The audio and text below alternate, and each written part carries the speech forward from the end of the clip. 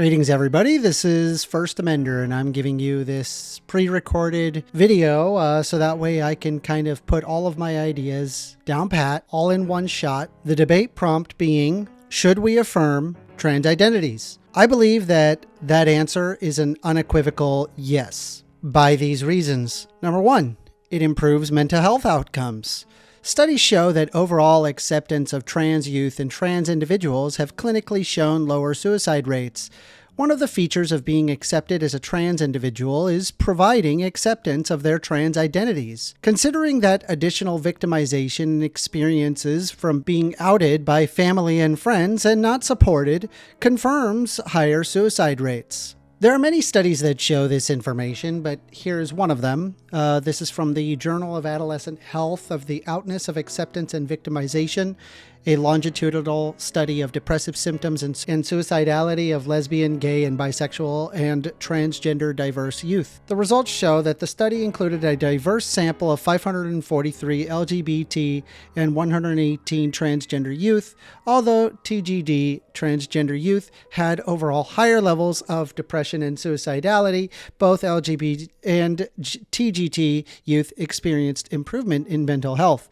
Youth who were more out and accepted in family were less depressed and suicidal than youth who were less and accepted by the family.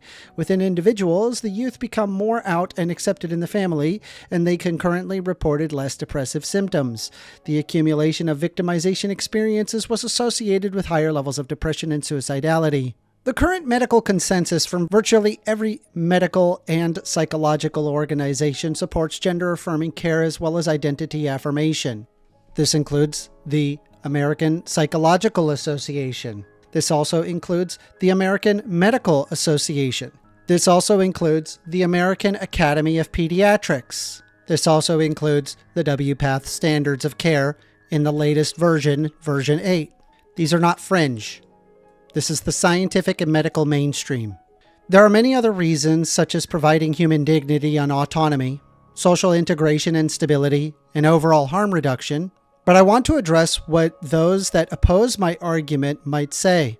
But wait, aren't all of these just leftist shills that have been bought out by leftist ideology? Sadly, the issue is quite the opposite of what you suggest. Rupert Murdoch, owner of Fox News, has built a media empire that thrives not on truth, but on sensationalism and misinformation.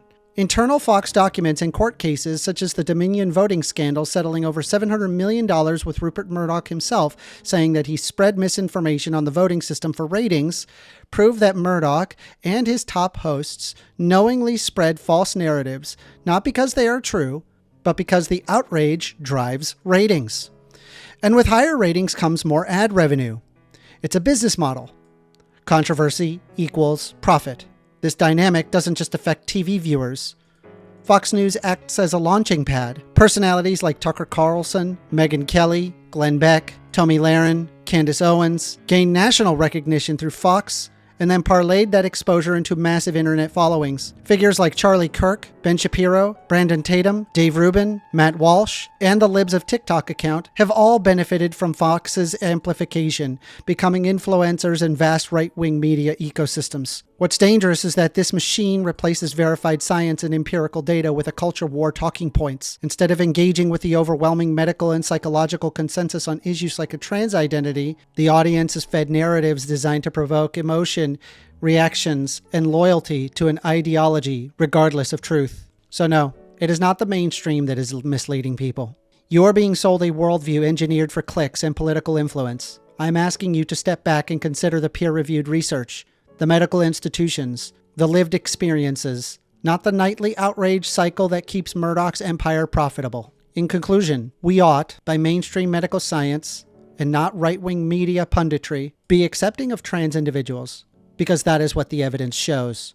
Not for clicks, but for facts and reason. Thank you.